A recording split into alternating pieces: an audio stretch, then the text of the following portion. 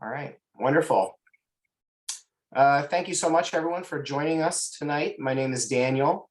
I'll be your host this evening. I've been working and organizing around climate for about 7 years in Extinction Rebellion and also in the struggle to stop Line 3 up here in the upper Midwest.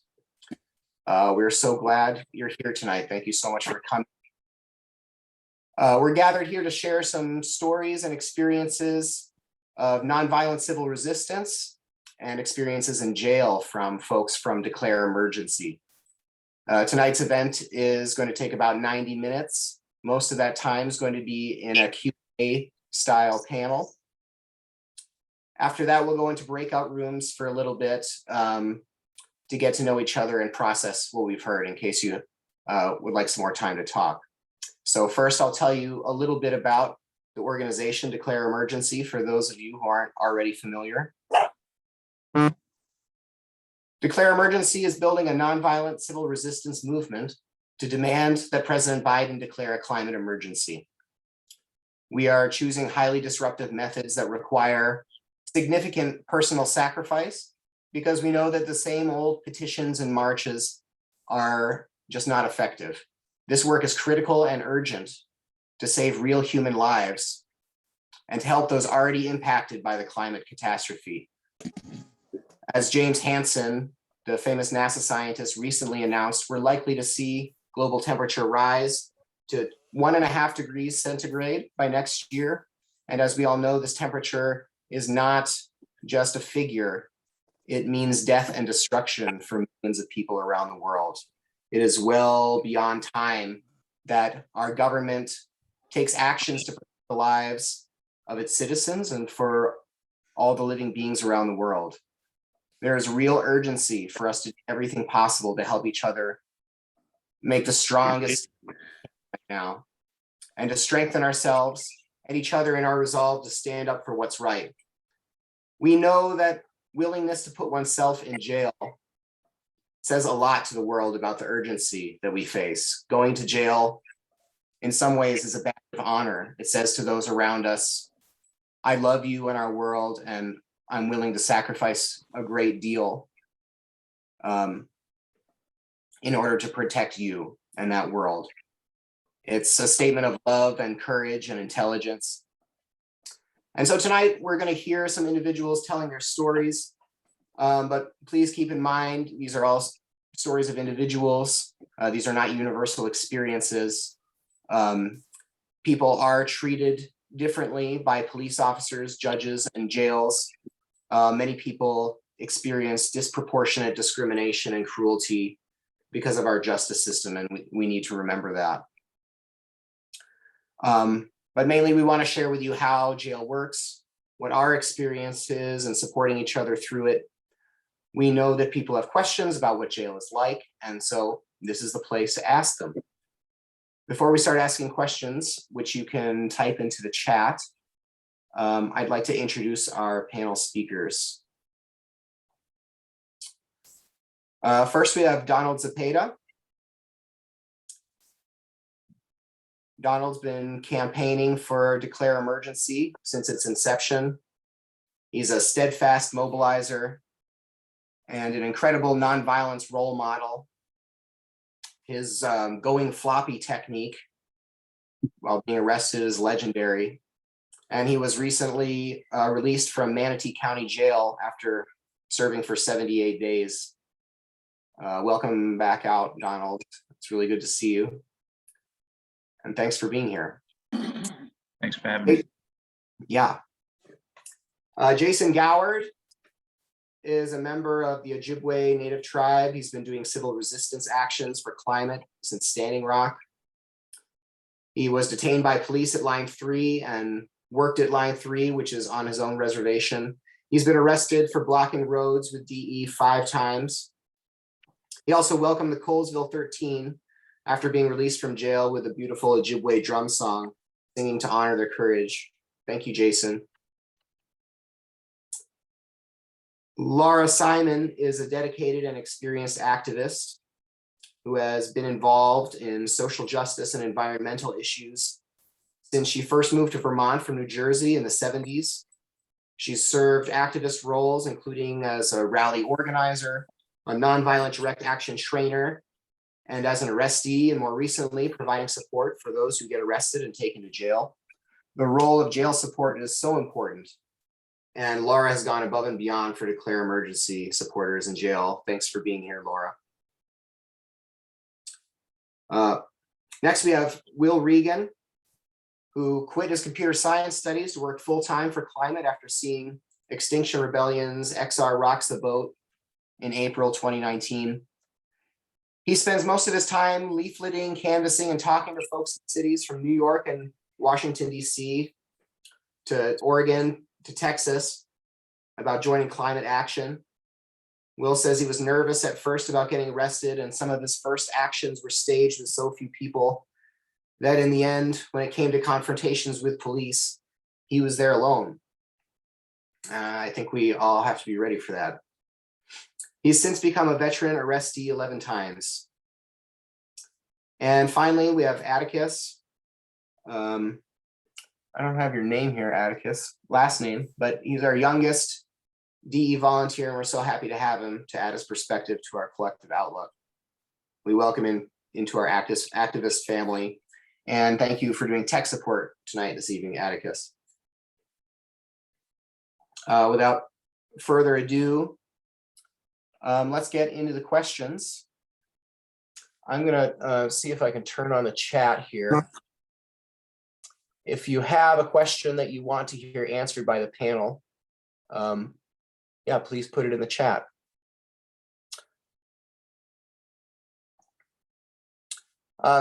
First of all, we have a question for Donald. Donald, the 78 days you were in trial, was that in jail? Was that prior to trial or after sentencing? It was before sentencing. Oh, that's pretty unusual, isn't it? Possibly for other counties, but for Manatee County, at least, it is not in Florida. And Manatee County is kind of just, even by Florida standards, pretty bad. They're privately owned. It's kind of just some guy's side hustle, the jail. And yeah, it like when I went to Sarasota right after it, they transferred me over there, and I was in and out the same day. But Manatee, it took me 60 days, 2 months to even see the judge, and then another 18 to correct their misunderstanding about why, I got arrested. And maybe we could start with Donald, but open it up for everybody. What was the biggest challenge while you were in there?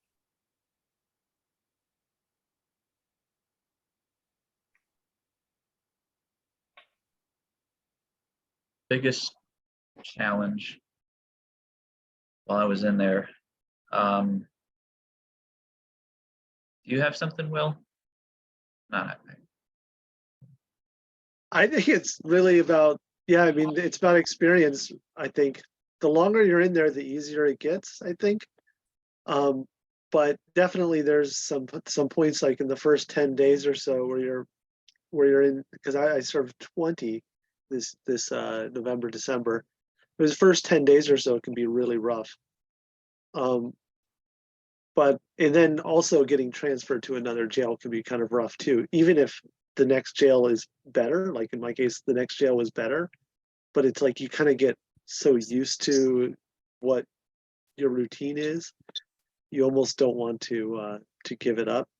So I don't know if it's just one particular thing, like, the mat is uncomfortable, you can't sleep well, it's hard to get books, or it's hard to get puzzles, or it's hard to get, your right diet. Like all those things are a challenge, but eventually it seems like it kind of levels off at a certain point, and then you get into like kind of a groove.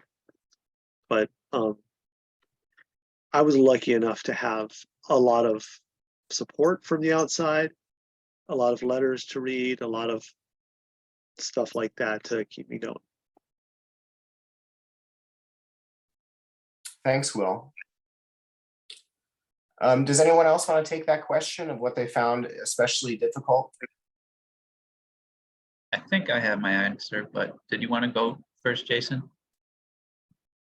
I was just saying, like, giving up some creature comforts that you'd normally have on the outside, such as caffeine or nicotine or your favorite food, or sitting in a nice chair or reading a book or TV, whatever kind of comforts that you got at home, you have to at home or out in the real world, so to speak, are taken away. But it's at the same time, it's kind of like it makes you appreciate those things more, you know. So Yeah, definitely. And I guess what was hardest was the question, right? And I think for me most recently, and this is maybe just particular to Manatee County, so maybe a lot of people won't experience this unless they risk arrest in a county that is about as harsh or inefficient or whatever combination of it might be. But there's a lot of expectations that would get set up over there, and then they would get dashed over and over and over again. And that was hardest for me. And it happened to a lot of the other inmates too in that county where I stayed. So it wasn't unique to me, but Okay. Yeah, there's actually a lot of different varieties of experience as far as how you're going to move through the system depending on where you're going to be serving time. What about fear, though? I saw Paul's question about feeling threatened. Was that fear present for you going into jail, and how did your experience match your expectations, fears? I want to open it up for Laura in case she wants to speak at this point. Yeah, I just wanted to say from the perspective of people trying to help on the outside, I think the biggest thing to know is that, and you mentioned it, and all of us have mentioned it, but each police system is different, each court system is different, each judge is different, and each facility that you go to is different. And I think the hardest thing is the people who are just getting in for the first day or two. If they're on medication, in some places, you can't take it in with you. So we have to know some of that stuff ahead of time to prepare for people, make sure that they're not facing a life-threatening situation going without their meds.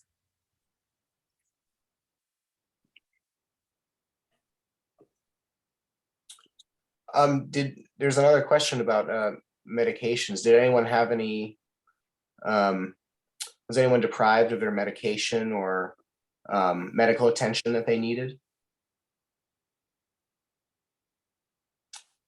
I know individuals who have stayed maybe a day overnight have not been able to get their medicines. And I don't know if Laura or Paul or somebody could speak about people who stayed maybe 2 or 4 days, or if at a certain point, I think at a certain point we did get medicine to people who stayed like 4 days. And as for me, I don't have any meds I really need, so I was fine.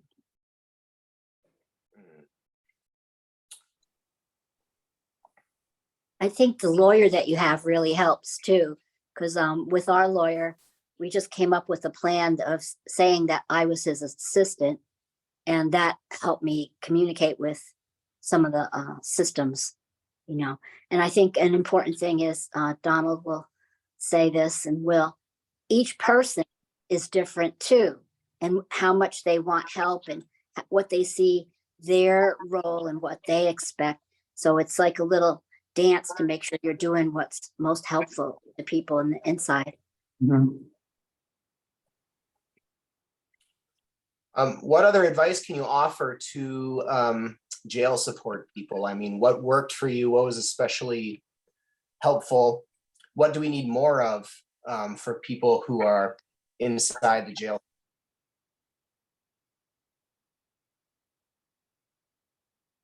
For the longer term stays, I think the promotion of, you know, what's going on and trying to tie it into your mobilizing work and actions work, get people involved.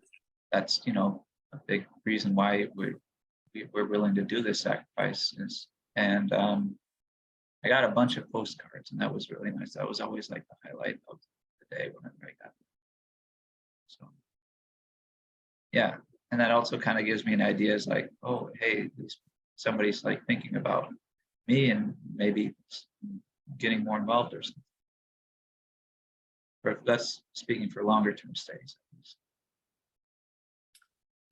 Donald, you're talking about how to link the jail service to mobilization. Do you have anything more to say or suggest about that, of how we could best make use of time served in jail for mobilization?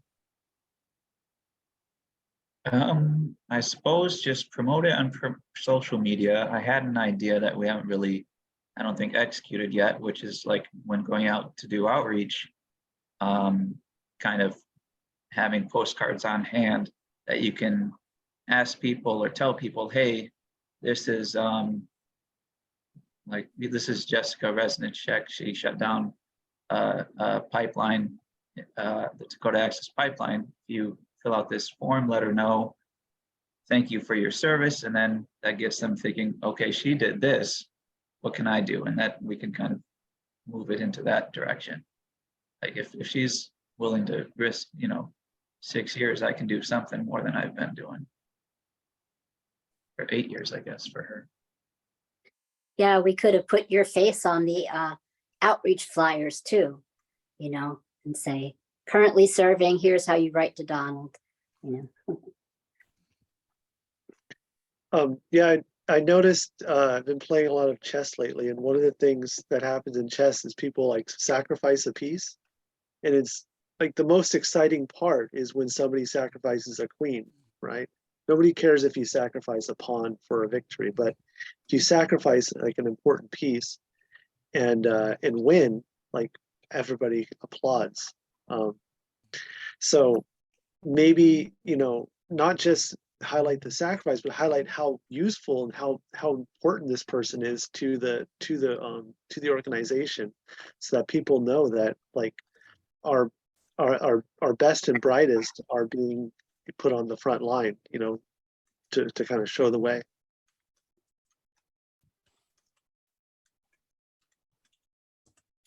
That helps make it real too. It's like people unfortunately don't care about masses or statistics, but individuals, they relate a lot more. And when it comes to like donating to programs to alleviate poverty, you talk about an individual, it moves them a lot more than if you talk about the broader issue. So maybe an individual thing or a few individuals can connect people into and humanize this dire situation we're facing, the climate emergency. I think that Ben had a question before. I'm also just looking at the raised hands list. So if anybody, I see Salty Dog is also raising a hand. If anybody wants to ask a question directly, feel free to do so. Raise your hand and I can call on you. Ben, do you want to ask your question? Yeah, like the whole going flappy thing, I heard in some states can be considered resisting arrest and massively increase the final sentence given by the judge. Is that true? Yeah, in DC, in our experience, they usually either don't charge you, or if they charge you, they like drop it right away. But in other states, like in Florida or Maryland, that's an extra charge, and it can affect your final outcome. I don't know to what extent it has exactly, though, for me, for others. I don't know if like we didn't, well, oh, that's right. One time in April, there was an arrest that Jason and Will and others were involved in. And the people who went a little more floppy went to jail overnight. And then the ones who just got up and walked with the police when they told them to move, they just got a citation. Well, I don't know if they got up and walked when they told them to move. They more like, they stayed there, they stayed their ground, but then when they went like, this is your last warning, and they like picked him up, they got up with him and walked is what I mean. It's not like, yeah. So DC, usually not, Maryland, Florida, others. Yeah, but also if you're looking for the jail sacrifice part, the arrest is a bit more of a flashpoint of this than just getting a citation is. More visually compelling. Anyone else want to respond? I Laura? don't know. I don't know if DE has done this, but I've seen this done, that when it's like the night before the action and there's a run through, sometimes there's a legal briefing about, this is what we've learned from our actions in this town previously. If you do this, this will happen. If you do this, this will happen. So people getting ready to go to the action have a full knowledge of, you know, what has happened before and what they can expect. And then I saw in the chat there that Paul reminded me, they also in Maryland didn't charge resisting arrest one time. The most recent time when people went floppy. And I think it's just, if they think or remember to do it, they'll, in Maryland, they will. I don't know. It could be partially they were trying to keep it from getting to a jury trial. That's why they didn't do it. Yeah. Because if you have a certain number of charges past a certain level, then you get a jury trial, but under a certain level you don't. And resisting arrest by going floppy, getting charged with that would have put people over it so they could get a jury. So there's certain strategic things you can do if you want a jury trial. That was the plan in October and the 10th, I believe it was. People went floppy because they figured if you don't go floppy, I'm not getting a jury trial. And then they just didn't charge them with resisting arrest, which means they still didn't get a jury trial. But when they went in July at that same location, the people who went floppy, it was only 2, I think, in that group back in July, and they could have had a jury trial if they wanted. Whereas the others only had a bench trial just with a judge if they wanted it. Everyone took a plea for that, but yeah. They were, yeah, Nora was threatened with resisting arrest, but they didn't actually charge her back in October. Michelle.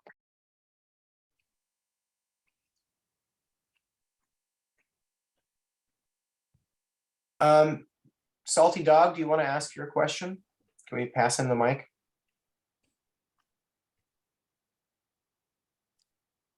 Oh, sorry, Michelle was not Nora. It was just a comment on medications. And one time I was arrested in DC, and you know, out in the lobby where we were booked and fingerprinted and stuff are my medications in my property bag. Instead, they have to take me to the hospital, the emergency room, emergency ward, whatever, and 2 officers with me handcuffed to one of them, and they couldn't sit down because that was not in their protocol. So they stood there 3 hours while I sat in the chair, handcuffed to them, either one of them or to the chair.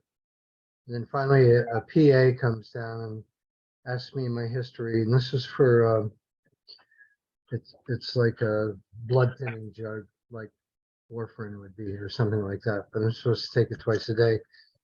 And it was just totally stupid that they did that. So the next time I went to jail, I put a couple of them, they're very small little pills the size of a BB or something like that, and just put it at the bottom of my watch pocket. They never got caught in the search, and I just took them when I needed to. And then the next time I had to go through an interview in MoCo in order to be able to get the drugs back.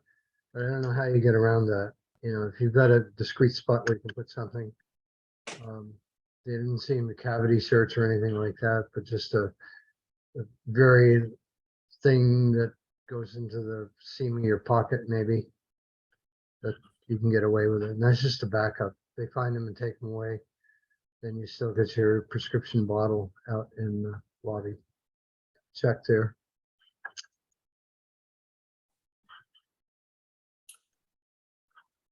Any other stories about getting needed medication into jail? Seems like it's worth it maybe to try and just bring it yourself. They might confiscate it, but they might not. Mhm. Yeah, I wanted to confirm, I also take medications and was successful in taking some into the jail. Not more than a couple of days worth. Probably, I probably could have taken more. I didn't know how long I would be in, so I only took a couple of days worth, but it is entirely possible. So, yeah. Val had a good question about consequences outside of jail, specifically for people's working life or their career, if there was any blowback in that area. Or I'd just be curious, anything else, relationship or job applications or anything like that.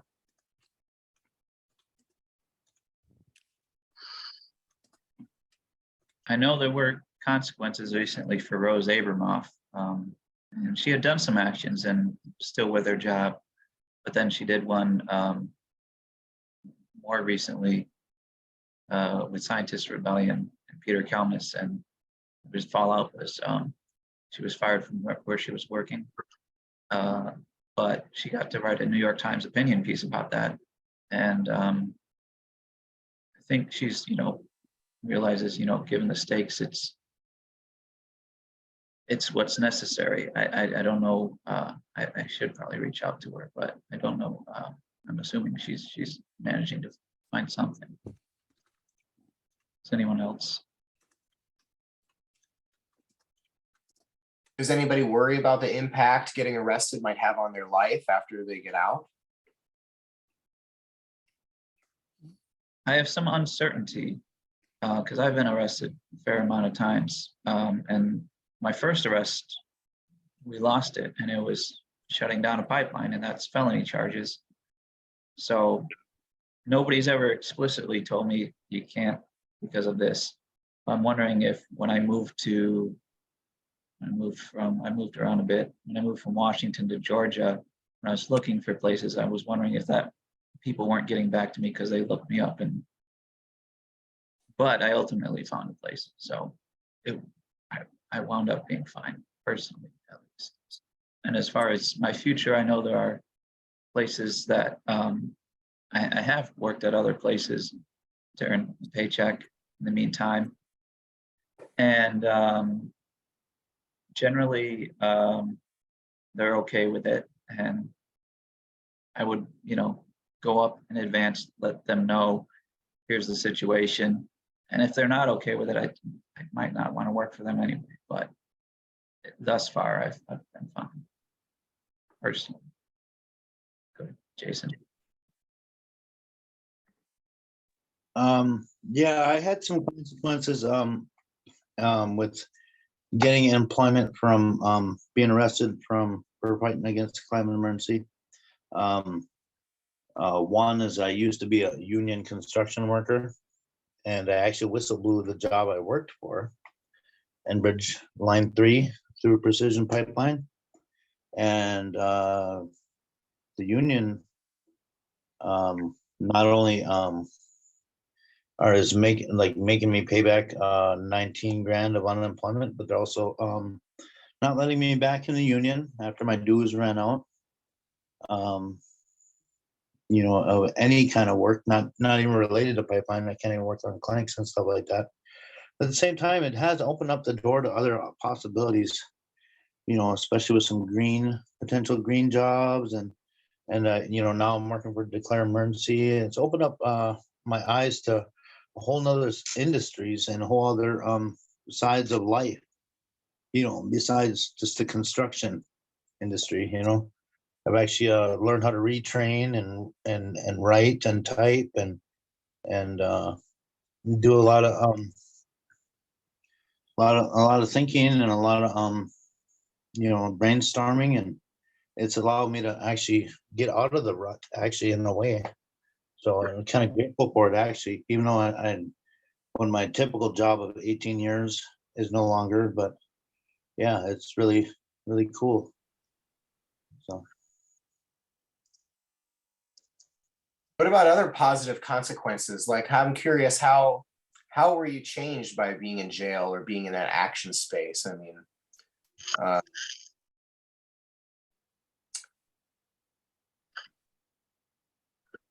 The action space part, that's kind of like, all right, I'm kind of doing something, and I'm not just talking or thinking or hearing about it.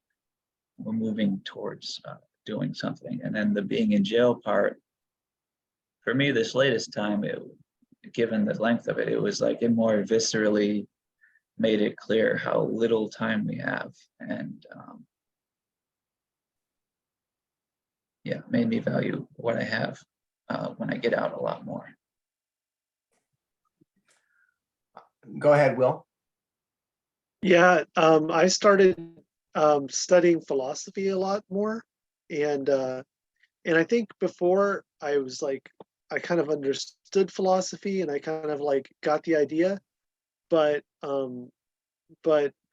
philosophically now I'm feeling like a lot more like philosophy is a part of my life and my being, and I almost feel like, back in Athens or ancient Greece, when you had all these so-called great philosophers talking about how philosophy was a way of living, or the most important thing is to study philosophy. I feel like that now. Like, I don't know, I just feel like my place in the world, also spiritually, I've done a lot of spiritual work in the last year, just emotionally connecting with the issue, being more in touch with my emotions and able to cry more. And so I think there's a lot of those sorts of benefits. The kind of benefits that Plato would totally dig, but a lot of people in modern day society might think they're kind of weird. But I think more and more folks are going to start coming around to this sort of orientation, this planetary defense idea. I think when I've been in jail, part of me feels this relief of, just in the context of the climate crisis and knowing what's coming, a relief of feeling like finally I'm in the right place. Like I feel like in some ways this is where I belong.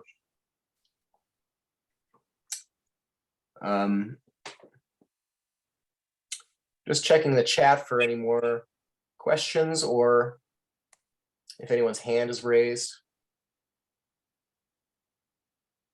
Paul, do you have a question? I just wanted to, you asked consequences at work, and I was a banker. I quit in May. I'm sorry for being a banker, you guys. I apologize. I was one for several years. But anyway, I quit in May to do this full time, and my job wanted me to stay, even though they knew what I was going to do. They wanted to work around my arrests, and that was a shock to me. And I just think a lot of people get that positive response. I think a lot of people do. So what you think in your mind is not necessarily what's going to happen. And then the other thing is, I just wanted to, nobody's brought this issue up, but when I get arrested, I make it a policy whenever anybody asks me if I'm gay to tell them I'm gay. And I did that getting arrested 4 times in DC.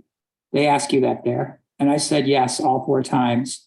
I don't know if this is a coincidence or because of that, but they put me in a cell alone all 4 times. But I just wanted to let people know, because I get a lot of questions from people who are gay or trans about what's going to happen to them.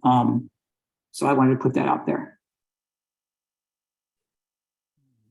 Thank you, Paul. Also a hand from David. Oh, Laura, you have a response or? Yeah. No, I was just going to say there was one part about getting arrested, being put in the back of the wagon and it's dark, and in time it was hot, and I felt like I didn't have control over what was going to happen in my life. So that was related to something a while back in terms of fear. But I wanted to say about doing jail support, it gave an opportunity for using creative skills and brainstorming, and it led to collaboration. I saw that Eric is on the call here, and he's a jail support expert out of New York City, Extinction Rebellion, New York City. And the collaboration from that, I think, really builds on what our campaign and any campaigns have to offer to give support to people, because we can continue to learn and develop our skills to make sure we're prepared for those days when lots of us might be getting arrested. Awesome. Do we want to move on to David's question? Go ahead, David. Thanks so much. I'll just read what I wrote. Would any of you favor us setting up a website to list those who are or have been in jail over the climate crisis? Do you agree that over coming years, our ability to show that hundreds and thousands of people have gone to jail will encourage greater numbers in the future? Paul Sosek, a Facebook friend from UKXR, first liked the idea and later advised he thought folks were worried adversaries would put those listed in jeopardy. I responded that people don't have to list their snail mail address. We can use synonyms, pseudonames, or whatever they're called. Mhm. People should be free to do that. I wouldn't, but people should be free to do that. Yeah, I've thought about that before. It seems like a good idea to me, and for the reasons you gave. I even did write up a list, but I didn't have a lot of knowledge of who all was in jail. So at the time I wrote, President Czech, people from Enslaved Britain, and somebody in the Philippines. And I know there's a lot more. And then there's a huge list of everyone murdered for fighting against climate change. And now the first one has happened here in the United States recently. But here's this little article that I haven't updated in a while that I wrote in the chat. Oh shoot, I sent that just to Michelle. There it is in the chat. Don't let it distract you for now though, just click and save it. But in this, there's a list of everyone just murdered in 2021. It's usually in other countries, of course, but something that draws on that and that's also going to get updated, probably would be a good idea for the reasons you said, in my opinion. I want to add two things I just wrote in. I especially advocate folks describing their favorite lessons or anecdotes.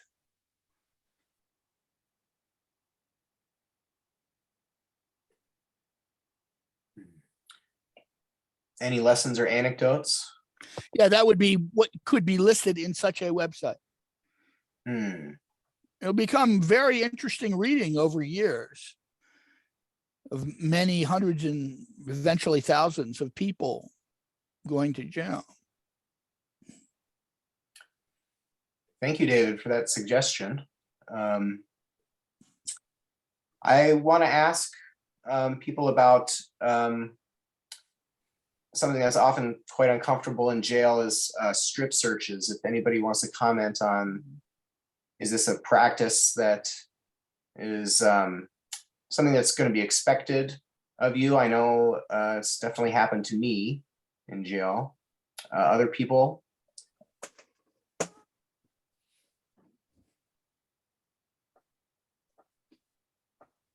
Jason, you have a... Yeah, one of the main differences between Minnesota and DC, I noticed, and even Maryland, is that until you're arraigned or until you're actually sentenced, there was no actual strip searches on me performed, but in Minnesota there was definitely, but DC and Maryland, I actually got to wear my street clothes until I was sentenced, and then they would put me in. the clothes that were needed. Except for the very last time in October, Maryland did put us in population and did put us strip search us and put us in jail garb, jail uniform, or whatever you want to call it. I know, but the 4 other times before that, I was not strip searched, and I was able to actually wear my own street clothes for 24 hours and 24 to 48 hours. But Minnesota, definitely right away, they definitely strip searched me like right away and put me in jail clothing. But that was actually kind of a nice plus in DC and Maryland for the first few arrests, is that I didn't need to be. So. Yeah, I think in Florida, they had me just at the beginning, just bend over and cough. And that was about the extent of it. There's no touching or anything when my clothes were off. And there's the patting down at the beginning while the clothes were on, just make sure everything's good. Goes up in the, this is up in the crotch area, a little tight there, tighter than I would prefer, but it's just quick and they get through it. But that was Florida. And most of the declared emergencies arrests are going to be DC, Virginia, Maryland area, I'd imagine.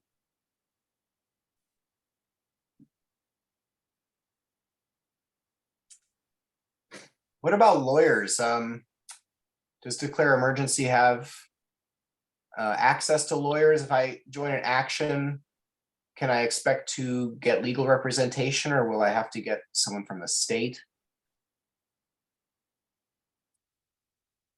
We have a public defender who we're in pretty good communication with, who covers protests and things like that, who's been running the DC cases. And so we've got that. And then as far as if anyone chooses to go in Maryland or Virginia, that might be more of a, either you'll wind up with a public defender or have to cover your own legal expenses, I think, if you choose to go with a private attorney, or you could go pro se. A lot of places and people say don't do it, but we have one person who did it and seemed to work out all right for him. So pro se means you represent yourself. I thought Mark covered our Maryland cases also. He did. And I don't know if we're going to be able to pay for legal representation, because he was a private attorney in Maryland is the thing, and we had to pay him for that. And going forward, I think the current policy is we might not be able to pay for private representation, but that might change. But I think currently we're not going to be doing that, at least with declared emergency. But individuals can fundraise for that if they want that.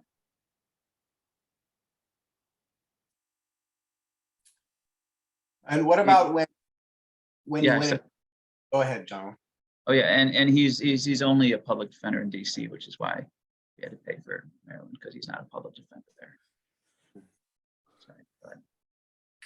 I was going to ask, when you get to court and you're in front of the judge, how do you like to be? Are you well behaved, or are you kind of continuing to be an activist in the courtroom, be somewhat disruptive, or where on the scale do you fall there when you're talking to the judge?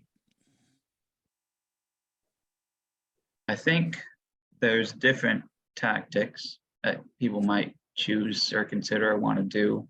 I'm usually well behaved personally, and in Florida, kind of continuing off the previous question a bit, I always went with a public defender, and actually even in Washington State, I went with a public defender. So anyway, but when it comes to in front of the judge, yeah, I feel like the cameras are kind of away the only people who are seeing this are you and the judge. And really, you're at that point, from my perspective, just trying to get out and get back into the streets. Because while the jail sacrifice is important, it's also, I feel, good to try and advocate for the lowest possible sentence, so then you can get out and, you know, maybe do some more. Mhm.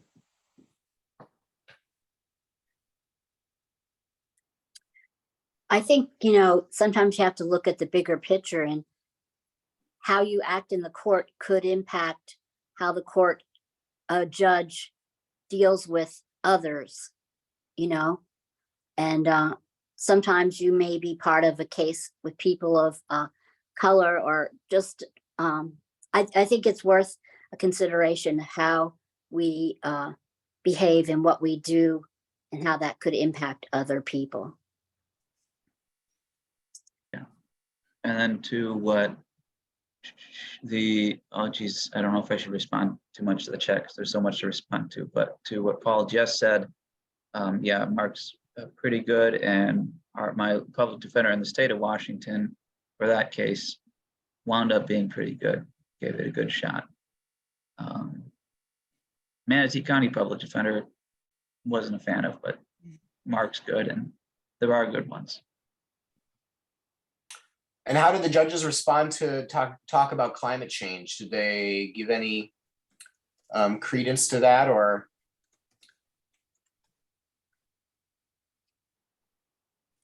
Depends on the judge. Some do, some don't. I was arrested in Jacksonville, and I think the guy was it was a roadblock sort of thing. And it was, the judge was just, I think, sympathetic to a First Amendment protest sort of thing. And so he let us all go up there and give a fact about climate change, and then let us out, dismiss the charge. Whereas Manatee County, the judge is, you inconvenienced a bunch of people. It doesn't matter why you did it. And that's also seems to be the situation for one judge we face in Maryland. And then there's a judge in DC who's considering a necessity defense at the moment. There's another one in DC who just doesn't seem to have needed the extra time to consider necessity defense, because he sentenced Michelle to 15 days. What is it? 15 days. Basically, if she gets arrested again, she has to serve 15 days jail. If she doesn't, she's fine.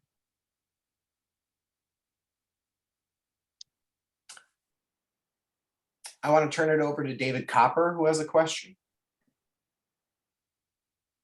Yeah, good evening, everybody. Yeah, I just have a question. I wondered if guys, people that have been arrested and were put in jail, were you in a cell or a dormitory style facility? I guess you weren't sentenced to any sentence for your crime. Did anybody answer that? Were you in a cell or a dorm style?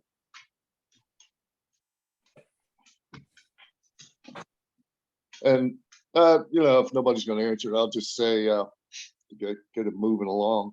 I want to express my appreciation to all of you that got arrested with declare emergency. I'm kind of old school. Been arrested symbolically, mainly. I haven't been in any jails yet, but I think that's why I'm interested in this, because you obviously have a sense of urgency with the climate, and I feel the same way. Not just because I'm older than well, never mind.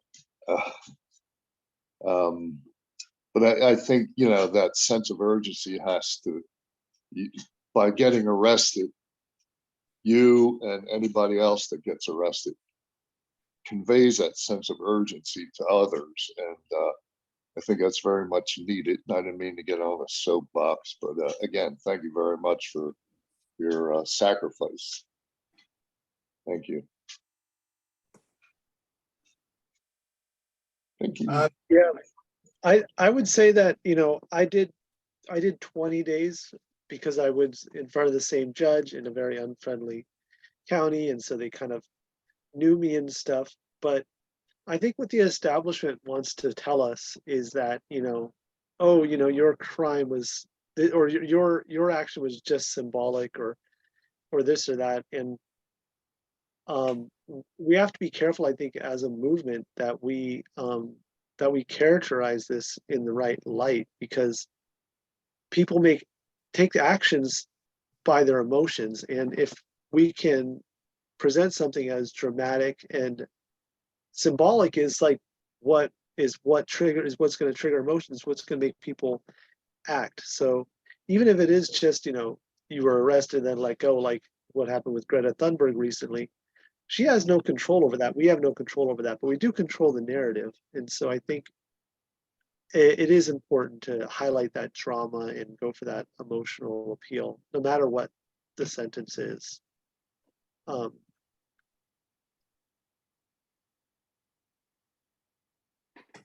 For the living quarters question, basically in DC, and it was pretty much just a cell. And I think that might have been the case for Maryland. Anyone who was at Maryland can correct me if it's different. Although DC, everyone who's been arrested there, minus one person, has just been an overnight. And in Florida and in Washington State, I wound up in a dormitory situation, but Florida was mostly actually a cell. And then near the end of it, they switched us to dorms, but for one dorm. So, you know, for the area we're probably going to be doing actions, I would imagine it's going to be more of a cell situation. Yeah, thank you. Thank you for that answer. I also asked a question about, did any programs come in? A lot of jails allow various churches to come in and offer guidance to the miscreant that's misguided. And, you know, as you guys so eloquently put it, you know, the reward you got from doing what your heart told you to do is so real. I know just getting arrested symbolically, I guess the most recent one was in Richmond for the ACP pipeline. But, you know, it made me feel authentic to myself and to how I felt for, you know, the last 50 years of my life. You know, it's I think in 92 was on a protest in Vegas for the, they were still testing underground nuclear weapons, and got arrested there. And they bused us to Tonopah, which is the county seat for where the test site is. It still is. They're not testing anymore, supposedly, but the depository for spent nuclear rods from power plants and whatnot is at what's the name of it? Yucca Flats. Yeah. And it's still a hot mess up there. And you know, this is just north of Vegas, probably 50, 75 miles north of Vegas, little company town called Mercury, where the people that worked at the site live. And so they arrested us there once we crossed the cattle fence, and they bust us there. It must have been a couple hundred of us to Tonopah. And it was, I guess, at least 100 miles away. Unfortunately, a group of us from Princeton, New Jersey went up, and we had a van and was able to drive back, of course. And most people had already made arrangements. Thank you for that but- story. Yeah. We just about Thank to the time of going to breakout rooms. I saw maybe Will had one thing he wanted to say. You want to Oh, about the cellmates. I think there was a question about the cellmates. One thing that I noticed, because I had a lot of different cellmates, is that drugs and alcohol are like a major, major issue. And so just to be kind of aware of that, that a lot of these folks they might not realize it, but they're really at one of the lowest points in their lives. Even if they're kind of acting, like nothing matters and this and that, they're really at a very, very tough point. And so, there's those are the sorts of folks that we're being roomed up with. Thank you. That was some great conversation. We had some great questions, and I want to thank the panelists from the bottom of my heart for the sacrifices you're making, and thank you for everyone here for the work they're doing and for sharing stories. We're going to open up the breakout room section. You're going to have a facilitator, and the purpose of the breakout rooms is to have more of a conversation with each other, to hear from the attendees how you're feeling about what you've heard.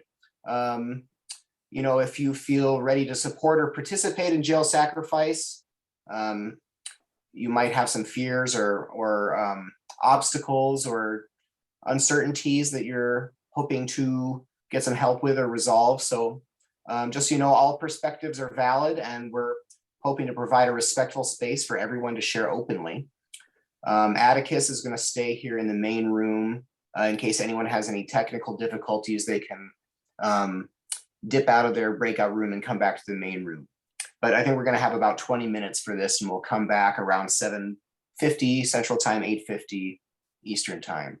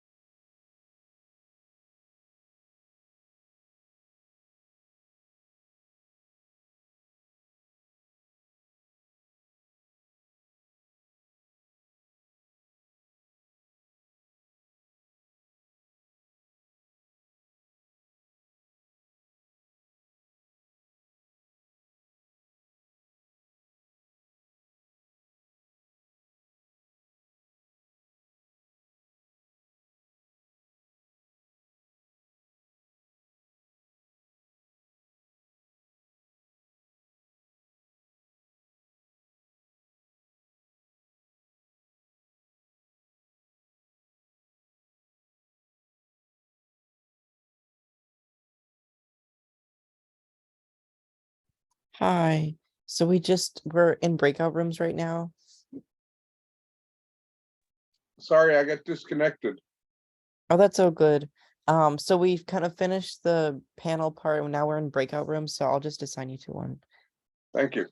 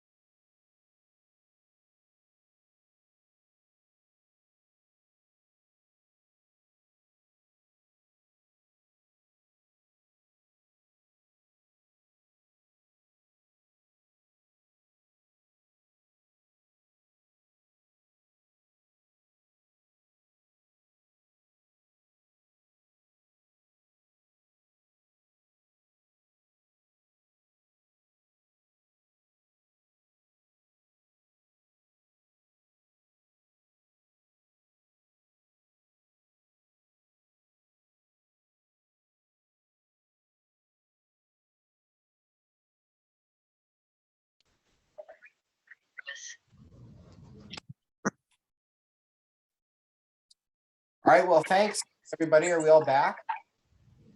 Yes, I'm back. All right. Going to gallery view here. Great. So I hope everyone had a good time in their breakout room. We've talked a lot about jail and getting arrested tonight. So I just want to close by reminding us briefly about the climate emergency that brought us here. I don't know if, thank you. If you say a word often enough, it starts to lose its meaning, and we really can't let that happen with the word emergency around climate. The word implies that all other concerns become peripheral, at least until the emergency can be resolved. I know that living life constantly in emergency mode can be draining, but we have to give everything we have in this fight, and we're here to support each other. I wish we didn't have to make these sacrifices, but we know that our movement's traditional strategies aren't going to work. The previous decades have shown that. So through normalizing going to jail for this cause and promoting the stories of those who have, we can cause a real phenomenon in this country. People will notice more and more that people of good standing and good morals, ordinary people, are in increasing numbers risking more and more to fight for a suitable solution to the climate emergency. People will start talking more about the problem. People will start taking steps to fix it. The trajectory of our climate will become less horrible. Well, it's long past time to become disruptive, to get arrested for climate action, or to support those who are. If you agree, there's a couple of things you can do to help the Declare Emergency campaign. First of all, you can sign the action pledge we have to let our action planners know how many people to expect at actions. If you sign the pledge, someone will call you to follow up. If you'd like to talk to someone about your situation or about more details, you can sign the pledge as not sure whether you want to risk arrest or not. We need arrestable participants as well as people working on jail support. So did we get that link into the chat there? Awesome. Yes, yeah. Second, there's a lot of roles to fill during actions, not just people risking arrest, but every action requires people up front and behind the scenes organizing. I've heard, every person going to jail requires around 5 people on the outside in support. So we need lots of volunteers. You can help us plan, prepare, and promote our actions in April. Just give us an email and tell us a little bit about yourself. That we'll drop an email into the chat, declareemergency@protonmail.com. And finally, another request from flyers to safety vests at events like this. Nothing happens unless we can afford to pay for it. So we're asking everyone to donate at least 1 hour's pay on a monthly basis, more if you can, to make your monthly donation. Please click on the link in the chat. Thank you everyone so much for coming. We'll give you a couple of seconds to get the links. And after that, we're gonna say end the recording. So thanks everyone, thanks to the panel, thanks to everyone involved in this struggle to save what we can on this beautiful planet, and have a wonderful evening. And I can stick around.